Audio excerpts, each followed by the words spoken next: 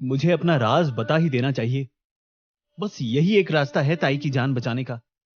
मगर कहीं इससे शुभचिंतक नाराज ना हो जाए और अपने दिए वादे से मुकर जाए। ताई के घर में सबके साथ चिंता में बैठे शिखर के मन में यही चल रहा है। उसे समझ नहीं आ रहा कि इस दुविधा का समाधान क्या होना चाहिए। आखिर दोनों में से कौन सा रास्ता सही है। और शिखर अपना गला साफ करते हुए ज्ञान दादा से कहता है, दादा, अगर आप बुरा ना मानो तो मैं अपने दोस्तों से कुछ देर अकेले में बात करना चाहता हूं। कुछ अर्जेंट काम आ गया है। ये सुन ज्ञान दादा हामी भरते हुए कहते हैं, हाँ हाँ, क्यों नहीं। तब तक मैं थोड़ा गांव का एक दौरा करके आता हूं, सबसे बात करते हुए। क्या पता कोई रास्ता सूझ जाए इसी बहाने। यह सुन शिखर के मन में एक चिंता आती है, उसके चेहरे पर साफ झलक रही है। ज्ञान दादा देखते ही समझ जाते हैं और कहते हैं, मैं समझ सकता हूं क्या चल रहा है तुम्हारे मन में। और शिखर का हाथ अपने हाथ में लेते हुए कहते हैं, फिक्र मत करो, मैं शराब को हाथ तक नहीं लगाऊंगा। यह सुन शिखर एक राहत की सांस लेते हुए कहता है, मुझे आप पर पूरा भरोसा है दादा। और ज्ञान दादा यहां से चले जाते हैं। उनके जाते ही रवि शिखर की ओर मुड़ते हुए पूछता है, ऐसी क्या बात है जो तुम ज्ञान दादा के सामने नहीं कर सकते थे। शिखर बबीता की ओर देखते हुए कहता है, बबीता, मुझे तुमसे कुछ जानना है। बबीता भी हैरान हो कहती है, पूछो। और अगले ही पल शिखर ने ऐसा कुछ कहा कि थोड़ी देर के लिए वहां सन्नाटा छा गया। शिखर एक संकोच भरी आवाज में कहता है, मैं सोच रहा हूं कि अपने अमीर होने का सच ज्ञान दादा को बता दूं और उन्हें भी अपने प्लान में शामिल कर ताई के इलाज के लिए पैसे उन्हें दे दूं। यह बात सुन सब हैरान हो शिखर की तरफ देखे जा रहे हैं।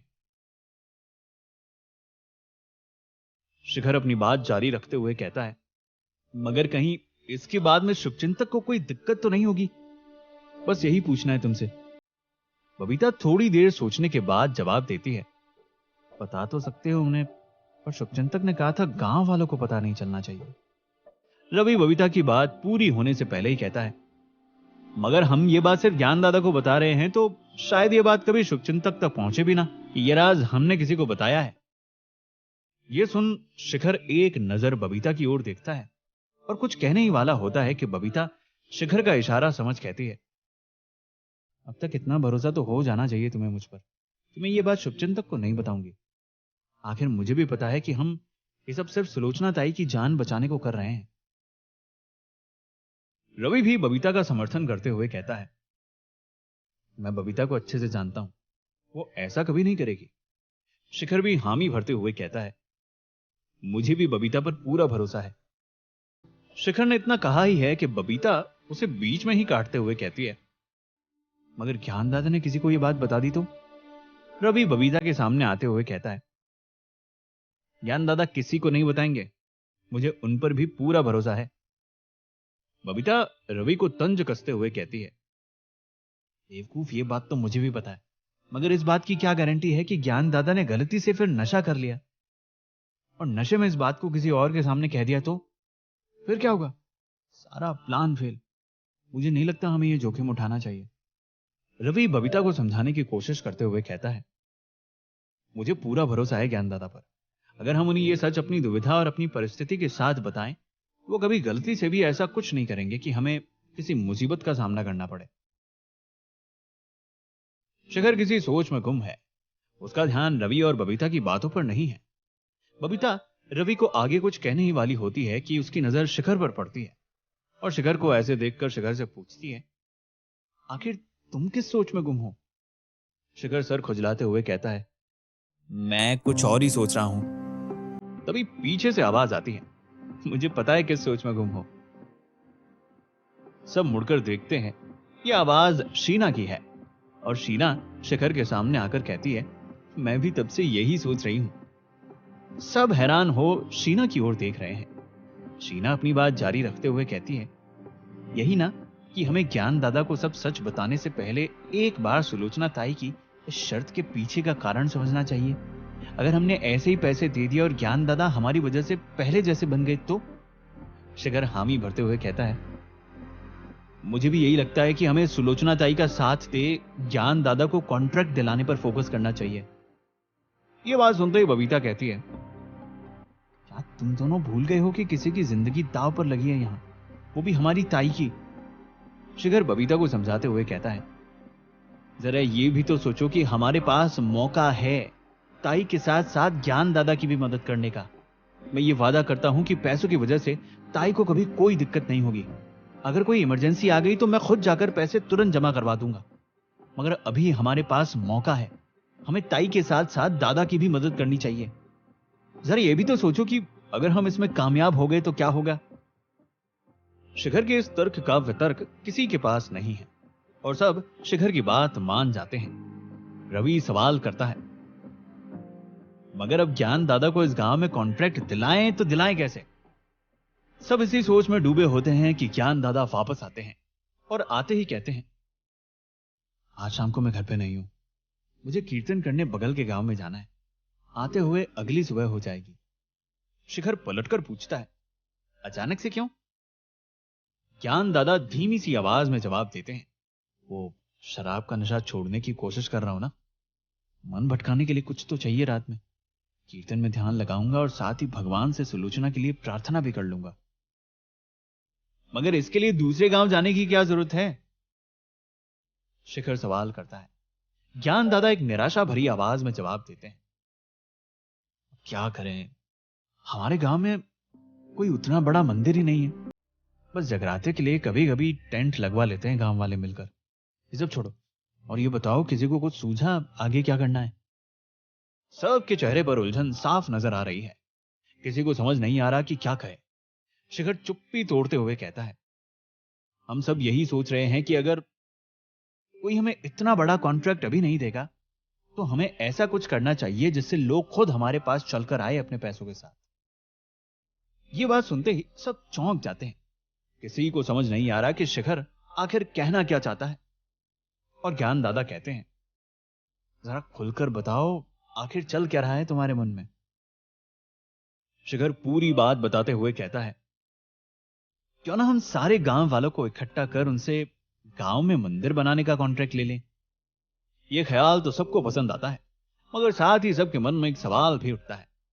रवि आगे बढ़ते हुए ज्ञान दादा से पूछता है, क्या यह मुमकिन है? ज्ञान दादा सर हिलाते हुए कहते हैं, गांव वाले मंदिर बनाने के लिए इतना सारा पैसा देने को शायद ही राजी हो। शिखर पलटकर कहता है, कोई बात नहीं, मैं अपने बॉस को मना सकता हूं कि मंदिर के लिए आधा पैसा दे दे। वो क्या है ना, वो पूजा पाठ में मानने वाले इंसान है और कंपनी के प्रचार के लिए भी पैसे खुशी खुशी दे देंगे। और अगर बॉस ने आधे पैसे दे दिए तो बाकी बचे पैसे देने को राजी हो जाएंगे ना गांव वाले।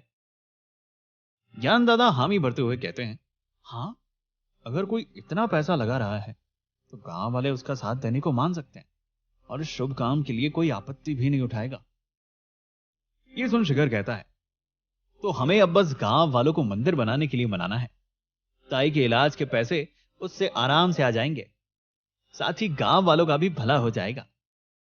सबको यह बात सही लगती है। ज्ञान दादा कहते हैं, फिर ठहरा, शाम को जब गांव वाले कीर्तन के लिए जाएंगे तब हम इस बात के लिए मना लेंगे। और सब शाम होने का इंतजार करने लगते हैं। शाम को शिखर रवि और ज्ञान दादा के साथ गांव की सीमा पर उनका इंतजार कर रहा है। शिखर को रवि ज्ञान दादा से अलग ले जाकर सवाल करता है, वैसे तूने मंदिर बनाने के लिए पूरे पैसे स्पॉन्सर क्यों नहीं किए? फालतू में अब गांव वालों को मनाना पड़ेगा। शिखर एक धीमी आवाज में कहता है, मैंने यही सोचकर आधा स्पॉन्सर किया है कि अगर गांव वाले भी पैसा लगाने को राजी हो जाएं, तो ज्ञान दादा और मेहनत से काम करेंगे, अपना जी जान लगा देंगे इस काम को पूरा करने में। रवि ज्ञान दादा की ओर देखते हुए कहता है, बात तो सही कह रहे हो, मगर अब लो, मनाओ गांव वालों को। शिखर देखता है कि गांव वाले लोग बढ़े आ रहे हैं कीर्तन के लिए दूसरे गांव जाने के लिए। ज्ञान दादा गांव वालों के सामने आकर उन्हें रोकते हुए कहते हैं, मैं आप सबका थोड़ा समय लेना चाहूंगा, एक जरूरी विषय पर बात करने के लिए। कुछ गांव वाले ज्ञान दादा के नए रूप को देखकर हैरान हैं, इसलिए वो सब उनकी बात जानने को उत्सुक हैं। ज्ञान दादा अपनी बात जारी रखते हुए कहते हैं, शिखर आप लोगों के सामने घोषणा और साथ ही एक निवेदन करना चाहता है। शिखर आगे आते हुए कहता है, पहले तो मैं आप सबसे कुछ सवाल पूछना चाहूंगा। क्या आप लोगों को बुरा नहीं लगता कि आपको भगवान का कीर्तन करने के लिए भी दूसरे गांव जाना पड़ता है। इस गांव में कोई मंदिर ही नहीं है जहां कीर्तन करवाया जा सके। साथ ही आपका कितना समय भी बर्बाद होता है कीर्तन के लिए आने जाने में। क्या इन सब चीजों से आप परेशान नहीं हैं? भीड़ में से एक बुजुर्ग जवाब देता है, परेशान तो कब से हैं, मगर अब करे भी तो क्या। शिखर चेहरे पर एक बड़ी सी मुस्कान लाते हुए कहता है, आप सबकी इन्हीं परेशानियों से छुटकारा दिलाने के लिए खुशखबरी है हमारी कंपनी की तरफ से। वो यह है कि हमारी कंपनी ने इस गांव में एक आलीशान मंदिर बनाने का फैसला किया है। यह सुनते ही वहां खड़े सभी के चेहरे पर एक मुस्कान की लहर दौड़ पड़ती है। सब झूम इस बात के लिए शिखर की कंपनी की प्रशंसा कर ही रहे होते हैं कि शिखर उन्हें शांत कराते हुए कहता है, मगर साथ में एक शर्त भी है। भीड़ एकदम से शांत हो जाती है और शिखर अपनी बात जारी रखते हुए कहता है, मंदिर बनाने का आधा पैसा ही मेरी कंपनी देगी, बाकी आधे पैसों का इंतजाम आप गांव वालों को मिलकर करना होगा। यह सुनते ही भीड़ में खड़े सब एक दूसरे से खुसर फुसर करना शुरू कर देते हैं। कोई शिखर की बातों का जवाब नहीं दे रहा और थोड़ी देर बाद एक सन्नाटा सा छा जाता है वहां। शिखर, रवि और ज्ञान दादा परेशान है कि इनका यह प्लान फेल तो नहीं हो गया। उस सन्नाटे को चीरते हुए एक बुढ़िया की आवाज उठती है, बेटा, नेक काम में देरी नहीं करनी चाहिए। बस इतना बोल वो बूढ़ी औरत अपने पल्लू के गांठ को खोल उसमें से कुछ पैसे निकालकर शिखर के हाथ में थमा देती है और देखते ही देखते उस बुढ़िया के पीछे ज्ञान दादा के दोस्त भी हामी भरते हैं। अपने गांव में मंदिर बनाने के लिए हम सब भी जितना बन सके जरूर देंगे। तभी भीड़ में से एक जानी पहचानी आवाज शिखर को सुनाई देती है, हम सभी गांव वाले बाकी आधा पैसा जुटाने को राजी हैं। यह आवाज सरपंच की है, जो बढ़ते हुए भीड़ के सामने आ खड़ा होता है। सरपंच से आश्वासन मिलते ही शिखर घोषणा करते हुए कहता है, तो फिर ये तय रहा, हमारे गांव में भी एक मंदिर का निर्माण करना है हमें मिलकर, जिसका सारा भार मैं ज्ञान दादा को सौंपना चाहता हूं। आप सबको पता ही है ज्ञान दादा कितने उम्दा कॉन्ट्रैक्टर हैं। शिखर की बात बीच में ही काटते हुए भीड़ से एक आवाज आती है, ये क्या बात हुई, ये तो सरासर नाइंसाफी है। भीड़ में से एक 30 साल का आदमी अपनी बड़ी सी तोंद लिए शिखर के सामने आ खड़ा होता है। ज्ञान दादा शिखर के कान में फुसफुसाते हुए कहते हैं, यह हीरा कॉन्ट्रैक्टर है, आजकल आसपास के सारे बड़े कॉन्ट्रैक्ट इसी ने उठाए हुए हैं। रवि हीरा से सवाल करता है, आखिर इसमें नाइंसाफी वाली कौन सी बात है? हीरा पलटकर गांव वालों को बताते हुए कहता है, गांव वालों, आप ही बताओ, जब पैसा आप सभी दे रहे हैं तो भला कॉन्ट्रैक्ट किसे मिलेगा मंदिर बनाने का? यह फैसला आप लोग अपने मन से कर सकते हैं। आखिर इस बात का फैसला भी तो गांव वालों को मिलकर करना चाहिए। क्यों, सही कहा ना मैंने? कुछ गलत कहा हो तो बताओ। शिखर को यह बात सुन झटका लगता है और मानो जले पर नमक छिड़कने गांव वाले भी हीरा की बात से सहमति जताने लगते हैं और लोगों का समर्थन मिलते ही हीरा ज्ञान दादा की ओर देखते हुए कहता है, यह बात सब गांव वालों को पता है कि ज्ञान दादा कितने बड़े नशेड़ी हैं। अगर इनको मंदिर बनाने का काम सौंपा तो कहीं काम करने की जगह पूरे पैसे ये शराब में न उड़ा दे। वैसे भी एक शराबी को मंदिर बनाने का काम देना शोभा नहीं देता। सारे गांव वाले हीरा के समर्थन में हामी भरने लगते हैं। क्या शिखर ज्ञान दादा को यह कॉन्ट्रैक्ट दिलाने में कामयाब हो पाएगा? क्या शिखर ताई के इलाज के लिए पैसे जुटाने में कामयाब हो पाएगा? जानने के लिए सुनते रहिए